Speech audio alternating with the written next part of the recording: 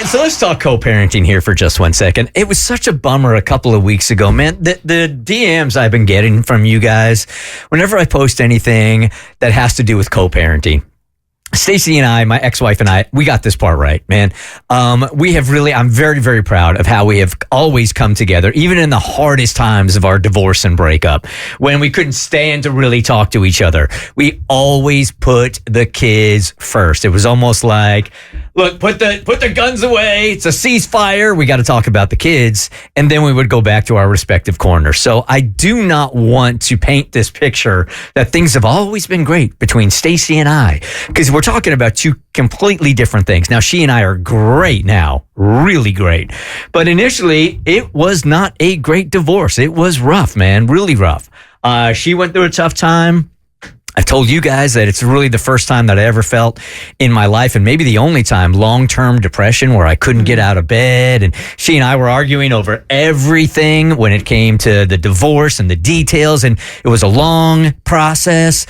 That's not here nor there. I am very, very proud of that. Even through that very tough time in my life, maybe the worst, we always co-parented well, and we still do so well now that we're going to baseball games together and soccer games together, and we sit next to each other with our significant others, and it's just like a group of 4 people hanging out.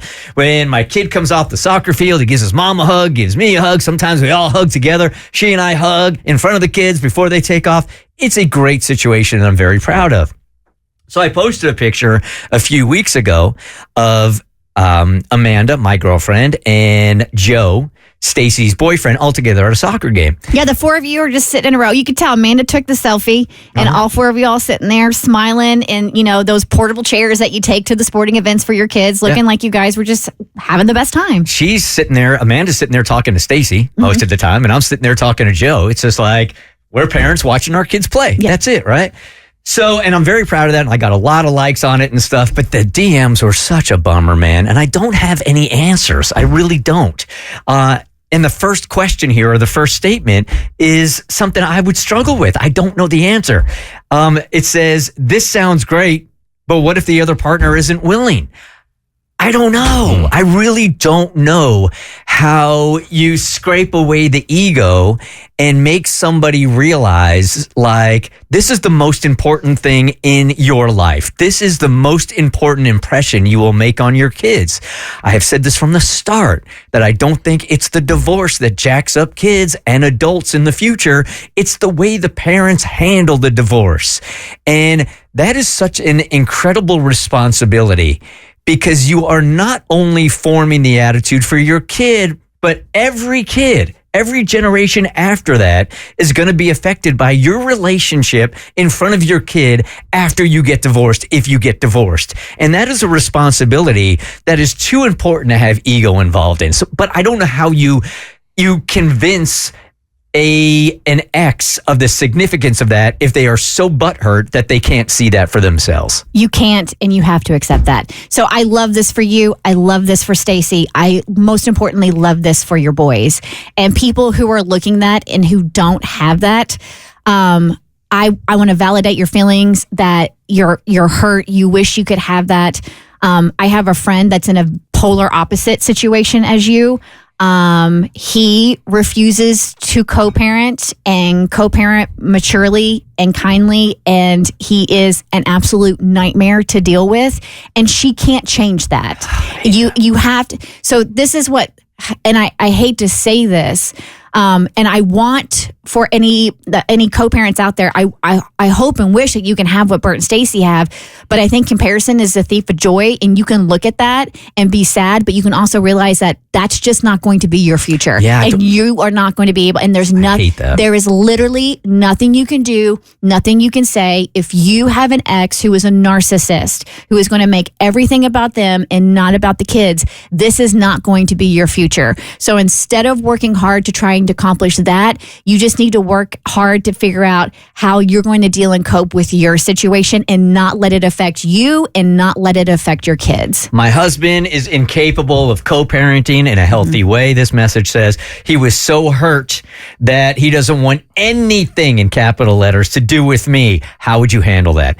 I don't know. I have dreamt about this kind of relationship with my ex, but she won't engage. We have 2 young kids and it's a nightmare. And then as an example, this one too. How did you get to this point? The father of my kids will literally not be in a room with me and the kids. It's heartbreaking. Yeah, it is heartbreaking, man. And I think you got to really listen to Kristen's words here. There are just some that are, it's incapable of changing, and they don't understand that your kids had nothing to do with your divorce at all. They didn't choose this. This was simply on you and your husband or you and your wife. They had nothing to do with that. So don't allow them to be the victims of your marriage breaking up. We've talked before. There are some people who are just immovable objects, and there's nothing you're going to say, there's nothing you're going to do to change them.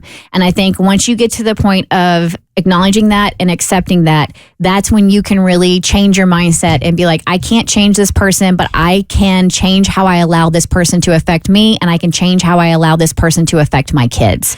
And that's not every co-parenting situation is going to be perfect, but you're just going to have to make do with the cards that you were dealt. None of them are perfect. Let me say that. For sure. None of them are perfect. For sure. Yeah, I think your situation is admirable because I have quite a few friends who are trying to co-parent and they all struggle with it, 100% of them. And it seems as if in their situations, it's as if like both parties cannot see that even though we may not get along for whatever reason, we have a common goal, which is the child. And I feel like if somebody just doesn't naturally get that or understand that, there's not much you can do to get them to get it other than just show them other people's story in hopes it inspires them. But outside of that, I don't think a person is changing in that regard. I'm hoping just one person might hear this morning and just go, okay, all right, I'll try again here, because the effect that you're having on your kids, if you know it or not, is going to affect them into their adult life. Mm-hmm. And it is going to affect the way they co-parent also, if they're in a healthy relationship or not, if they're in a healthy relationship,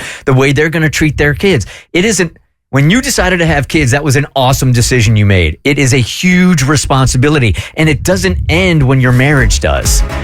So I wish I had better answers. I think Kristen's advice was probably better than anything I've come up with. Some of you guys are just stuck in this crap. Well, sometimes you got to get down to the why, because I feel like sometimes people are vindictive in co-parenting situations. They feel wronged for whatever reason. So maybe if you can figure out why somebody isn't willing to cooperate, you can at least solve it and try to get to a better place. The Bert Show.